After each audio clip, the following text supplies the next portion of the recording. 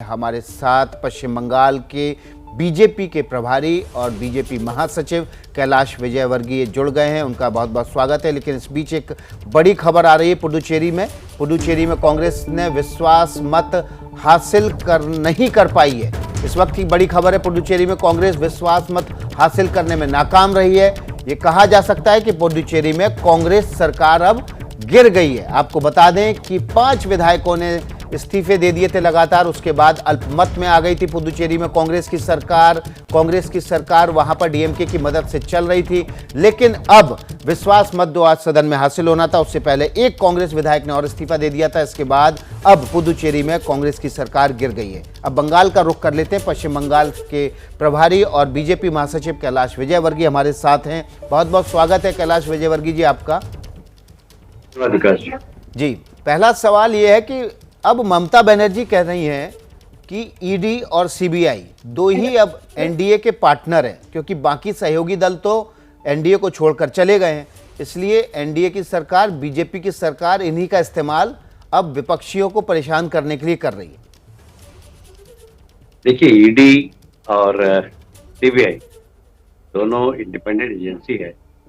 मेरा ख्याल है कि उन्होंने अपने हिसाब से कार्रवाई की, पर अब ममता जी के पास बोलने के लिए तो और कुछ है ही नहीं, क्योंकि उनके घर में पुलिस पहुंची। और विकास जी, आप तो जानते हैं किसी मुख्यमंत्री के परिवार के अंदर जाना तो नोटिस देना कोई छोटी बात तो है नहीं। सीबीआई के पास पर्याप्त सबूत होंगे, उन्होंने जांच में पाया गया होगा तब जाकर दिया, क्योंकि इस देश में डेमोक्रेसी है, न्यायपालिका है। यदि इस प्रकार दुरुपयोग करेंगे तो कहीं ना कहीं से तो न्याय मिलेगा ही। और इसलिए सीबीआई ने जो भी कार्रवाई की, मैं बहुत जवाबदारी के साथ कह रहा हूँ। मेरे पास आज से नहीं 2 साल से प्रूफ ये कोयले की मेरे पास वीडियोस हैं। मैंने वो सारे वीडियोस भी सीबीआई को दिए कि ट्रक लोड हो रहा है, पुलिस वाले साथ में उनको पायलटिंग कर रहे हैं और पायलटिंग करके ट्रक ले जा रहे हैं कोयले के। तो इसमें तो सिर्फ अभी सीएम के परिवार के लोग भी आए, कई आईएएस और आईपीएस भी आएंगे, क्योंकि ये बहुत बड़ा घोटाला है। 10,000 करोड़ से ज्यादा का घोटाला है, छोटी बात नहीं है। अब और किस तरह के सबूत हैं? वीडियो सबूत की तो बात की कैलाश जी आपने, कुछ और भी तरह के सबूत हैं जिसमें फाइनेंशियल ट्रांजैक्शन हो, बैंकों में पैसा लेन देन की बातें हो, चेक हो, उनकी पासबुक हो, इस तरह के कोई सबूत हैं आपके पास? देखिए, ऐसा है कि सीबीआई से बचने के लिए बहुत सारे लोग सबूत दे रहे हैं। सीबीआई को भी दिया और मेरे पास भी आए थे कि हमें बचाइए, हम जो बोलोगे वो बोलने के लिए तैयार हैं, पर हमें बचा लीजिए।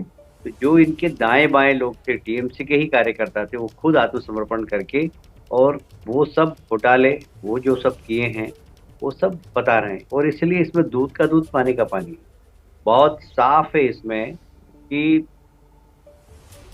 लोग जो इसमें इन्वॉल्व थे उसमें से आधे से ज्यादा लोग सरेंडर हो गए और सरेंडर होकर कैसे भी सीबीआई से बचना चाहते हैं और सीबीआई के पास गए हैं। उन्होंने लेकिन चुनाव से ऐन पहले मुख्यमंत्री के दरवाजे पर दस्तक देना, एक तरह से जब उनके भतीजे के दर पर सीबीआई पहुंच जा रही है, तो इसमें सवाल इसलिए उठ रहे हैं कि आप चुनाव से ऐन पहले सामने वाली पार्टी को, उसके राजनीतिक ताकत को कम करना चाहते हैं, उसके इकबाल को सीबीआई के जरिए खत्म करना चाहते हैं।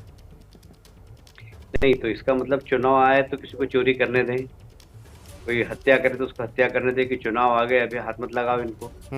आपका कहना ये है क्या? आखिर चोर तो चोरी करेगा जब पकड़ाई में आएगा, जब उसको पकड़ेंगे।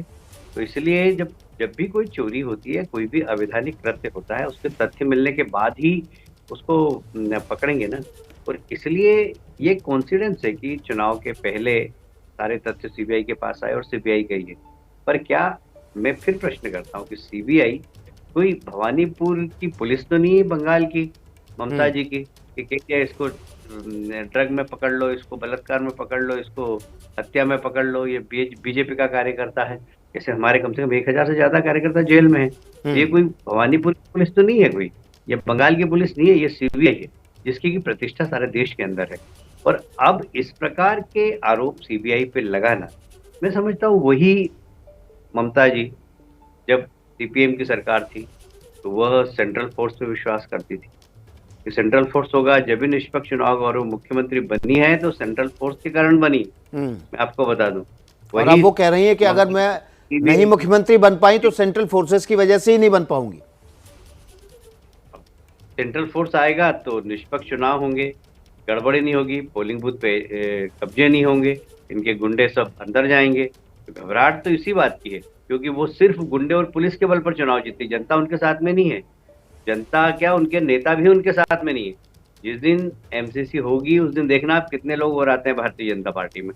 और इसलिए ममता जी की जमीन खसक गई, जनता उनके साथ नहीं, उनके साथ सिर्फ पुलिस और गुंडे। टीएमसी पूछ रही है ये संयोग कैसे हो सकता है कि अभिषेक बनर्जी के यहाँ सीबीआई पहुंचे, उनकी पत्नी को सीबीआई सम्मन दे, और एक और अन्य मंत्री फिरहाद हाकिम की बड़ी बेटी को ईडी सम्मन दे। ये दोनों एजेंसियां मिलजुल के काम कर रही हैं। देखिए, ऐसा है कि जब मैं फिर इसको रिपीट करना चाहता हूँ कि एजेंसियों के ऊपर उंगली उठाने के पहले अपने गिरबान में झांकना चाहिए कि इस प्रकार के कृत्य क्यों किए।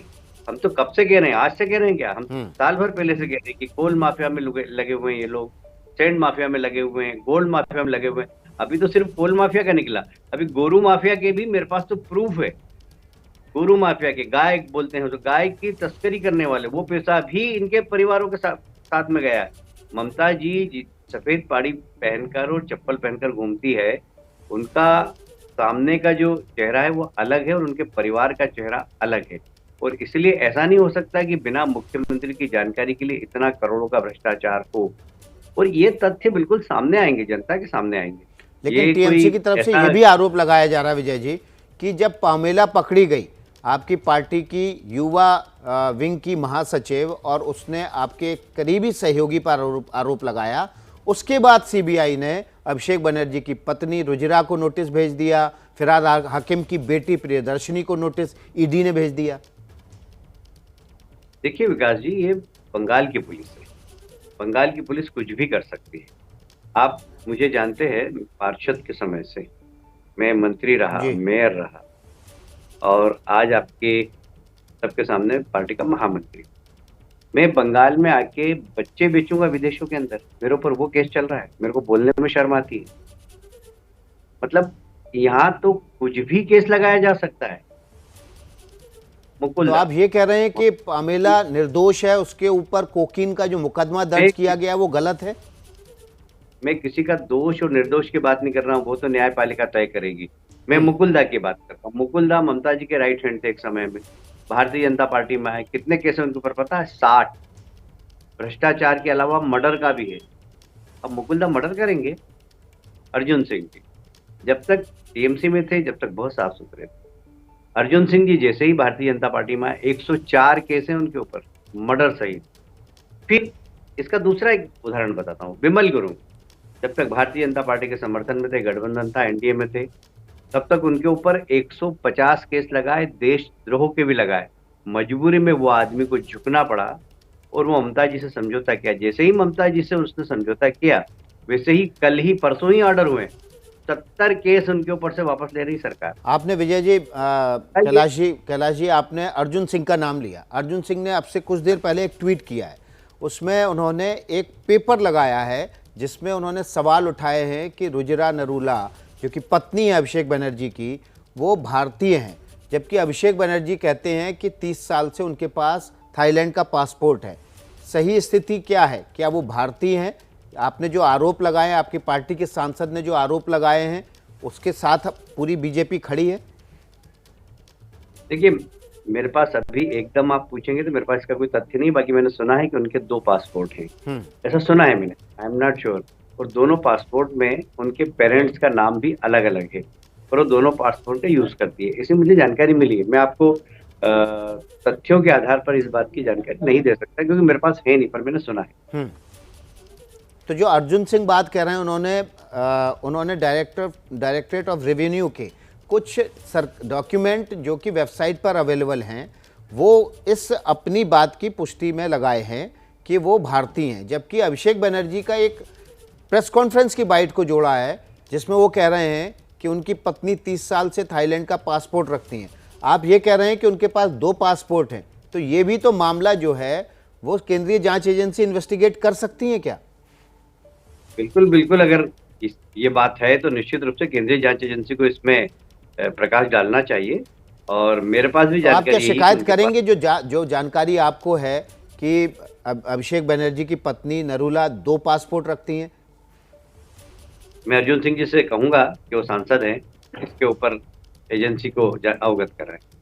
जी, चलिए, बहुत बहुत शुक्रिया कैलाश विजयवर्गीय आपका हमसे जुड़ने के लिए। व्यस्त समय में आपने एबीपी न्यूज़ के लिए वक्त निकाला, उसके लिए बहुत बहुत धन्यवाद। कैलाश विजयवर्गीय कह रहे हैं कि वे शिकायत करेंगे इस बात की केंद्रीय जांच एजेंसियों से अर्जुन सिंह के जरिए कि अभिषेक बनर्जी की पत्नी के पास 2 पासपोर्ट हैं, इसकी जांच केंद्रीय एजेंसियां करें। उन्होंने साफ कर दिया कि केंद्रीय जांच एजेंसी किसी घोटाले या तथ्यों और सबूतों के आधार पर कार्रवाई कर रही है, उनका सरकार से कोई लेना देना नहीं है।